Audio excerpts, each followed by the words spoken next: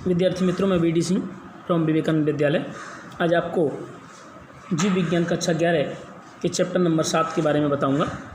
मैं आज चौथा लेक्चर केंचुए के बारे में बताऊंगा।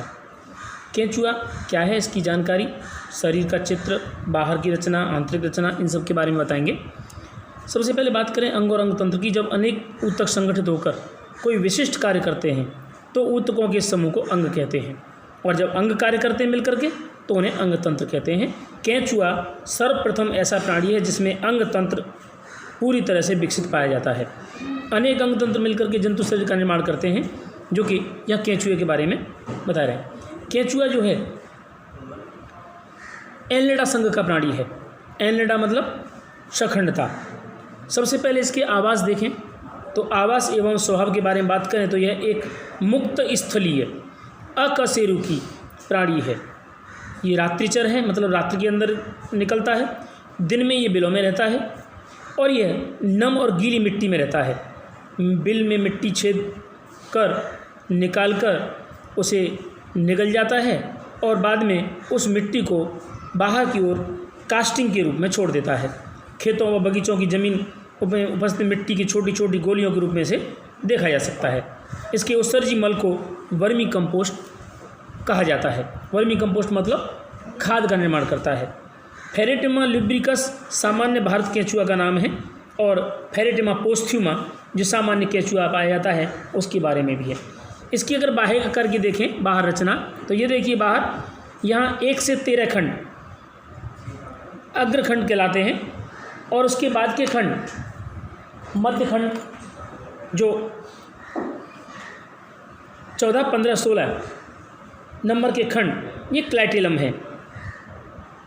14, 15 और 16 ये अधिक गहरे एक रिंग की समान रचनाएं हैं। इसी आधार पर इनके 3 भाग हैं: अग्र प्री क्लाइटिलर रीजन, क्लाइटिलर रीजन और पोस्ट क्लाइटिलर रीजन।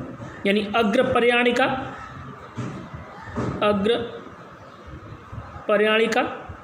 और पश्च पर्याणिका और पर्याणिका। पर्याणिका मतलब क्लाइटिलम। इस तरह से इनके अलग अलग ये भाग हैं। इन तीनों भागों के बारे में हम अलग अलग करके बताएंगे। आगे के शीर्ष की बात करें तो इसकी शुंड वाला भाग ये प्रथम और द्वितीय खंड है। यहाँ पर ये परितुंड है। इसके ऊपर एक छाजली समान रचना पाई जाती है जिसे पुरोमुख कहते हैं, और ये नीचे डार्क कलर का दिखाई दे रहा है, ये मुख द्वार है जिससे होकर के ये खुराक को निकलता है। पुरोमुख एक छाजली के समान, खुरपी के समान रचना है जो मिट्टी को खोदने का काम करती है। दूसरा, इसकी जो आंतरिक रचना है, आंतरिक रचना में सबसे पहले पाचन तंत्र की बात करें और इसकी शरीर रचना में उसके रंग और कुछ खंडों की बात करें तो इसके कुछ खंडों के बारे में, इसकी आकृति शरीर लंबा और बेलनाकार होता है। रंग हल्का भूरा रंग का, खंड लगभग 100 से 120 खंड पाए जाते हैं। पृष्ठ सतह, मध्य रेखा तथा अधर तल पर जनन छिद्र पाए जाते हैं। मुख शरीर के अग्र सिरे पर प्रथम खंड से पाली के समान होता है, जिसे परिमुख कहते हैं, जैसे कि मैंने भी बताया। तो ये बताया यहाँ पर परिमुख। पर्याणिका केंचुए के 14 से 16वें खंड में पाई जाती है, जो ग्रंथिल गोलाकार पट्टी के समान पर्याणिका कहते हैं। शुक्र ग्राहिका रंध्र 4 जोड़ी होते हैं, जो 5 से 9वें खंड में अधर पार्श्व सतह पर दिखाई देते हैं। मादा जनन रंध्र यह 14वें खंड के मध्य अधर रेखा पर होता है, और नर जनन रंध्र 18वें खंड के अधर पार्श्व में होता है। ये बाहर से दिखाई देने वाली रचनाएं हैं। वृक्क रंध्र ये प्रथम 2 खंडों को छोड़कर संपूर्ण शरीर में होते हैं, और शुक्र प्रथम खंड, अंतिम खंड और पर्याणिका को छोड़कर सभी खंडों में ऐसा आकृति के शुक्र पाए जाते हैं जो गति में सहायक होते हैं। वज्रकेश कहते हैं इनको, वज्रकेश या शुक। शुक्र की जगह शुक आएगा, शुक खाली, शुक। और गुदा यह दरारनुमा खंड अंतिम खंड में स्थित होता है। ये इसकी बाह्य रचना है। अगर इसकी आंतरिक रचना देखें और इसके पाचन तंत्र को देखें, इसके शरीर के अंदर आए हुए विभिन्न अन्य रचनाओं का अध्ययन करें तो यहाँ पर ये आंतरिक रचना के रूप में दिया गया है। इसमें सबसे पहले देह व्यक्ति की बात करें तो यह पतली एक कोशीय परत होती है। इसमें त्वचा कहते हैं, बाहर क्यूटिकल का आवरण ब्लू कलर का दिखाई जो दे रहा है, ये और स्तंभाकार उपकला इसके अंदर की ओर आई होती है, जिसमें स्राविक कोशिकाएं भी शामिल हैं। पाचन तंत्र की बात करें, आहार नाल, तो ये मुख अर्धचंद्राकार, मुख प्रथम खंड में उपस्थित होता है। यहाँ पर प्रथम खंड के अंदर जो मैंने अभी पहली वाली स्लाइड में दिखाया था, यहाँ पर ये मुख है। मुख गुहा यह प्रथम से तीसरे खंड तक फैली होती है, पहले से तीसरे खंड, 1 2 3, यहाँ देखिए 3 नंबर तक दिखाई दिए।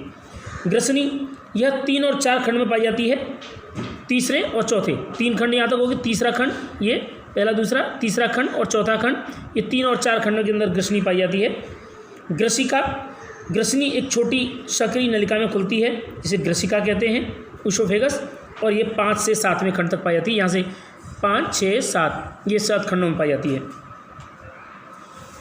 दूसरा है इम्पोर्टेंट स्ट्रक्चर है पेशणी, गिजार्ड, यह 8 और 9वें खंड में पाई जाती है तथा सड़ी गली पत्तियों मिट्टी को पीसने में मदद करती है। गिजार्ड में कुछ क्यूटिकल के दांत पाए जाते हैं। आमाशय, पेशणी आमाशय में खुलती है, आमाशय 9वें खंड से लेकर 14वें खंड तक पाया जाता है। यहाँ से देखिए 9 से 14वें खंड तक। और आमाशय में कैल्सिफेरस ग्रंथियाँ पाई जाती हैं, जो ह्यूमिक एसिड को उदासीन करने का काम करती हैं, जिससे पाचन आसानी से हो पाता है। बात करें आंत्र की, यहाँ पर देखिए पाचन मार्ग पूरा, ये 3 और 4, दूसरा तीसरा चौथा पाँचवा, ये 4 और 5 खंड में। इसके बाद में ये 5 से 7 खंड तक ग्रहणी और पेशणी 8 और 9वें खंड में, और 10वें खंड से लेकर यहाँ तक ये आमाशय और उसके बाद में आंत्र है। आंत्र की बात करें तो 15वें खंड से लेकर अंतिम खंड तक आंत्र पाई जाती है। यहाँ पर 26वें खंड में एक जोड़ी अंधनाल पाई जाती है, देखिए अंधनाल है 26वीं जोड़ी में, जो आंत्र के 26वें खंड से 35वें खंड तक आंतरवर्ण पाए जाते हैं, जो अवशोषण क्षेत्र को बढ़ाते हैं। यहाँ पर ये आंतरवर्ण पाए जाते हैं, जो फोल्ड्स के रूप में होते हैं, जो आंत का क्षेत्र बढ़ा देते हैं। गुदा, अंतिम खंड में एक छिद्र से रूप में गुदा उपस्थित होती है, जिससे मल त्याग किया जाता है और अंत तक ये पहुँच जाती है।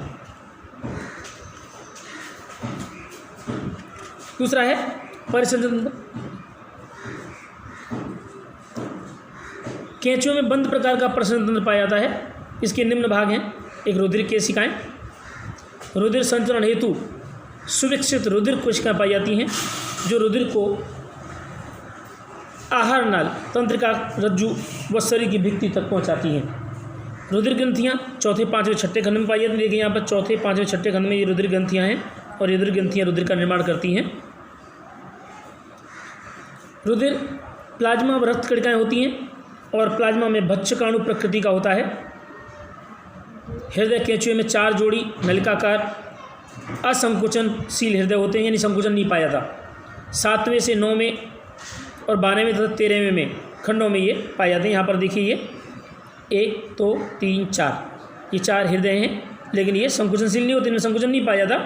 यहाँ पर ऊपर देखिए पृष्ठ सतह पर धमनी है, निचली सतह पर ये सिरा है, और इसमें अधरवाहिका, अग्रपाश और पश्चपाश, यहाँ पार्श्व ग्रसिका हृदय हैं और ये पार्श्व हृदय हैं। यहाँ पृष्ठवाहिनी वाहिका है और ये अधरवाहिका है, जिसमें नीले रंग की दिखाई दी है वो सिरा है और रेड कलर की वो धमनी है। इस प्रकार से परिसंचरण तंत्र इसका कंप्लीट होता है। दूसरी बात करें तो केंचुए के उत्सर्जन तंत्र की, श्वसन तंत्र इसमें स्पष्ट नहीं होता। श्वसन तंत्र का अभाव होता है, केवल त्वचा द्वारा ये वायुओं का शोषण कर लेता है और इसमें कोई भी रचना नहीं पाई जाती। उत्सर्जन तंत्र की बात करें तो केंचुए में उत्सर्जन के रूप में 3 प्रकार के वृक्क पाए जाते हैं। ये खास समझने जैसा है, नीट में भी पूछने आता है। 3 तरह के वृक्क होते हैं, पट्टीय वृक्क, अध्यावरणीय वृक्क और ग्रसनीय वृक्क। तो सबसे पहले पट्टीय वृक्क की बात करें तो 15वें खंड से अंतिम खंड तक पाए जाते हैं। ये अंतःखंडीय पट्टों पर स्थित होते हैं। यहाँ पर अंतःपट्टीय खंडों पर इस तरह से व्यवस्थित होते हैं। यहाँ पर देखो ये दिया है चित्र में, यहाँ पट्टों पर ये व्यवस्थित होते हैं। अध्यावरणीय वृक्क ये तीसरे खंड से अंतिम खंड तक देह व्यक्ति की आंतरिक सतह पर पाए जाते हैं। यहाँ आंतरिक सतह पर तीसरे खंड से लेकर के पूरे में संलग्न पाए जाते हैं और सतह पर खुलते हैं, जिससे शरीर नम बना रहता है, चिकना बना रहता है। दूसरी बात करें ग्रसनीय वृक्क की, तो ये 4, 5, 6वें खंड में 3 युग्मित गुच्छों के रूप में, यानी जोड़ी में, यहाँ 1, 2, 3 ये दोनों जगह पर ये पाए जाते हैं। तंत्रिका तंत्र केंचुए में तंत्रिका तंत्र खंडीय गुच्छों के रूप में पाया जाता है, जो तंत्रिका रज्जु पर व्यवस्थित होते हैं, और तंत्रिका रज्जु 3 से 4 खंडों में ग्रसिका को घेरते हुए तंत्रिका वलय बनाता है।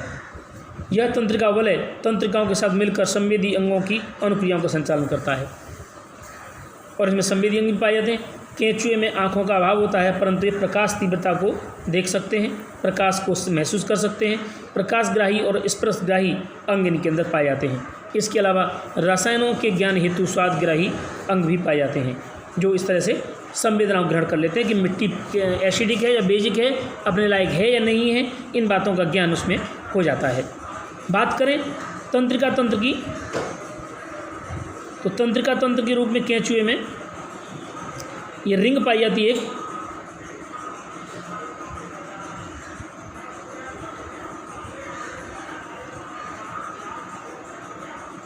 ये दोनों तरफ की तंत्रिका गुच्छिकाएं, ये ऊपरी अनुलित तंत्रिका गुच्छिका, ये अधो अनुलित तंत्रिका गुच्छिका, ये दोनों मिलकर के नीचे की ओर एक बन जाती हैं, और यहाँ से प्रत्येक खंड में गुच्छिकाएं पाई जाती हैं जो इस तरह का संचालन करती हैं। यहाँ से तंत्रिकाएं निकलती हैं इस तरह से।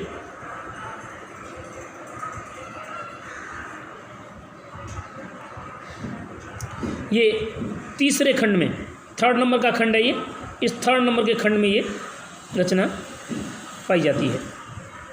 इसे तंत्रिका वलय कहते हैं। इसके पीछे की सभी तंत्रिका गुच्छिकाएं तंत्रिकाओं युक्त होती हैं। इस तरह का इसमें तंत्रिका तंत्र पाया जाता है।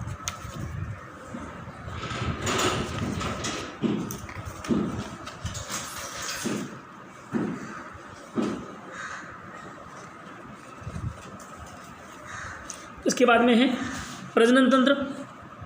बहुत ही इंपॉर्टेंट तंत्र है ये। प्रजनन तंत्र उभयलिंगी प्राणी होता है, यानी नर और मादा दोनों एक में ही पाए जाते हैं। लैंगिक जनन होता है, लेकिन पर निषेचन होता है, और कुछ में स्वयं निषेचन। पर निषेचन मतलब 2 अलग अलग केंचुए की जरूरत पड़ती है।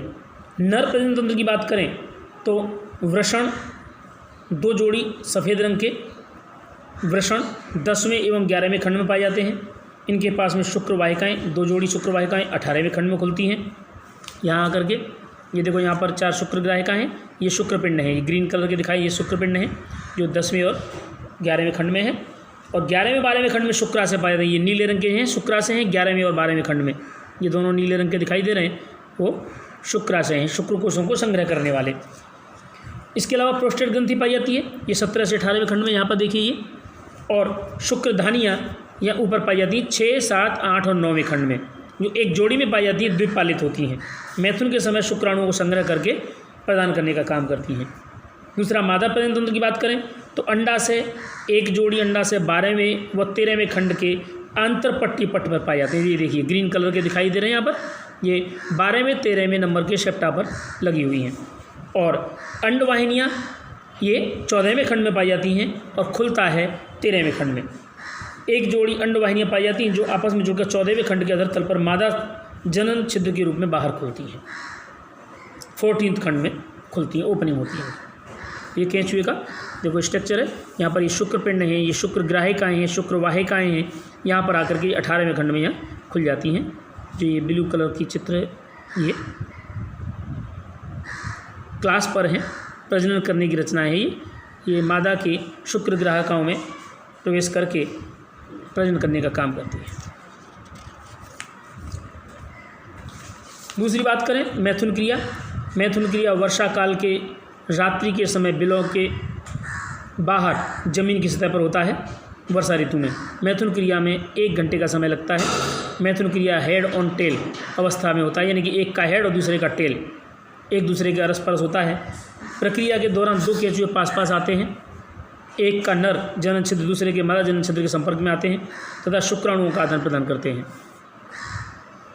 इसके बाद ये अलग हो जाते हैं और बाद में पर्याणिका पर कोकून का निर्माण करते हैं।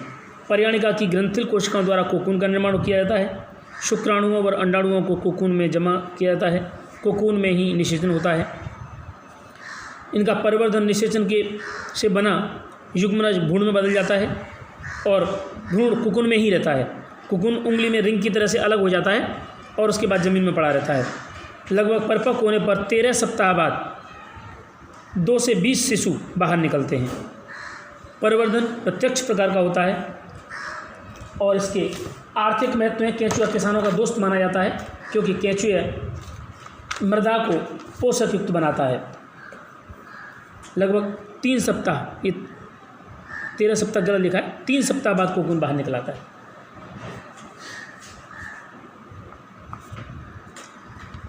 केंचुए को फिशिंग के लिए भी यूज़ करते हैं। विद्यार्थी मित्रों, यहाँ देखिए केंचुए का प्रजनन तंत्र, ये चित्र पूरा बना हुआ है। यहाँ पर देखिए तंत्रिका तंत्र यहाँ पर स्पष्ट बना हुआ है। मैंने भी आपको समझाया था तंत्रिका तंत्र के बारे में। तो ये तंत्रिका वलय है, तीसरे नंबर के चेम्बर में पाई जाती है और पूरे शरीर में ये पीले रंग की लाइन जैसी दिखाई दे रही है, ये तंत्रिका तंत्र है। प्रत्येक खंड में ये गुच्छिका होती है, गुच्छिका में से कुछ तंतु निकले होते हैं जो उन खंडों का संवहन करते हैं। बराबर। अब बात करें यहाँ प्रजनन तंत्र की, तो यहाँ पर देखिए 4 जोड़ी शुक्र ग्राहिकाएं हैं। ये शुक्र कोशों को ग्रहण करती हैं। जब 2 केंचुए आपस में एक दूसरे के अरस परस लग जाते हैं तो एक पैपिली द्वारा इन शुक्र ग्राहिकाओं को भर दिया जाता है, और जब यहाँ से कोकून आगे की तरफ खिसक रहा होता है तब यहाँ से शुक्र कोशों को ग्रहण कर लेता है। यहाँ पर ये शुक्रपिंड है पीले रंग के जो दिखाई दे रहे हैं, 1 और 2 जोड़ी, ये 10वें और 11वें खंड में। और ये सेमिनल फनल यानी शुक्र ग्राहिका और शुक्र ग्राहिका फनल कीप के समान रचना जो शुक्र कोशों को संग्रहित करके नीचे ले जाती है। और ये वाइट कलर के दिखाई दे रहे हैं शुक्र ग्राहिका खंड हैं, जिनमें चैम्बर में शुक्र कोश भरे रहते हैं। और ये प्रोस्टेट ग्रंथि है। प्रोस्टेट ग्रंथि ये 17 से 19वें खंड में फैली रहती है। यहाँ पर ये दूसरी एसेसरी ग्लैंड पाई जाती हैं, और ये जो पैपिली दिख रही है नर पैपिली, इनके द्वारा शुक्र कोशों को बाहर किया जाता है। मादा प्रजनन की बात करें तो ये रेड कलर के जो दिखाई दे रहे हैं ये पूरा मादा प्रजनन तंत्र है। यहाँ पर ये देखिए ओवरी है 13वें खंड के सट्टा पर 12 से 13 के बीच में, और ये 14वें खंड में यहाँ अंडवाहिनी होती है, और ये ओविडिकल फनल अंडवाहिनी निवाप यहाँ पर पाया जाता है, जिनके द्वारा अंड कोशिका ग्रहण किया जाता है। लेकिन खुलता कहाँ है? 14वें खंड में। ये अंडवाहिनी निवाप ऊपर है, यहाँ से अंड कोश का ग्रहण करके यहाँ पर खुलता है। ठीक है, इस प्रकार से ये प्रजनन तंत्र है।